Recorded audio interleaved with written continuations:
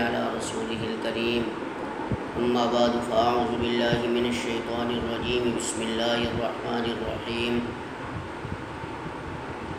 محمد رسول الله والذين معه أشداء على الكفار رحماء بينهم صدق اللہ العظیم۔ میرے عزیز دوستو، اللہ رب العزت نے اس دنیا میں جناب نبی کریم صلی اللہ علیہ وسلم کو بھیجا، اور آپ صلی اللہ علیہ وسلم کی جس نے مانی، اللہ رب العزت نے اسے اس دنیا میں بھی عزت عطا فرمائی اور مرنے کے بعد بھی اسے عزت عطا فرمائیں گے۔ آپ تاریخ اٹھا کر دیکھیں، صحابہ کرام رضوان اللہ تعالیٰ علیہم اجمعین میں سے جناب حضرت فاروق اعظم رضی اللہ تعالیٰ عنہ کے بیٹے حضرت عبداللہ ابن عمر رضی اللہ تعالیٰ عنہ کے بارے میں آتا ہے، انہوں نے جناب رسول اللہ صلی اللہ علیہ وسلم کی ایک ایک بات کو سنا اور اس پر عمل کر کے دکھایا، اور انہوں نے ایسا عمل کر کے دکھایا کہ جنگل کے شیروں نے بھی ان کی بات کو مانا۔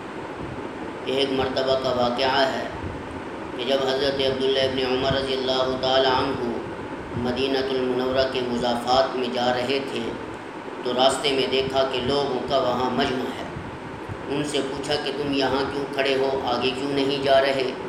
تو ان لوگوں نے کہا کہ حضرت آگے جنگل کے شیروں نے ہمارے راستہ روکا ہوا ہے، ہمیں آگے جانے نہیں دیتے۔ تو حضرت عبداللہ ابن عمر رضی اللہ تعالیٰ عنہ نے فرمایا کہ پیچھے ہٹ جاؤ۔ جب وہ لوگ پیچھے ہٹے تو ان جنگل کے شیروں کو خطاب کر کے کہہ رہے ہیں کہ او جنگل کے شیروں، تمہیں پتہ ہے میں کون ہوں؟ میں محمد رسول اللہ صلی اللہ علیہ وسلم کا غلام ہوں اور فاروق اعظم رضی اللہ تعالیٰ عنہ کا بیٹا ہوں، پیچھے ہٹ جاؤ۔ اتنی بات کہنے کی دیر تھی، جنگل کے شیروں نے ان کی بات کو سنا اور سر جھکا کر جنگل کی طرف چلے گئے۔ میرے بھائیوں، یہ ہے رسول اللہ صلی اللہ علیہ وسلم کے ساتھ عشق، یہ ہے ان صحابہ کرام کا رسول اللہ صلی اللہ علیہ وسلم کے ساتھ وفا کرنا، اور ایسی وفا کی کہ وفا کی انتہا میں پہنچے، محبت کی تو محبت کی انتہا میں پہنچے، عشق کیا تو عشق کے انتہا میں پہنچے۔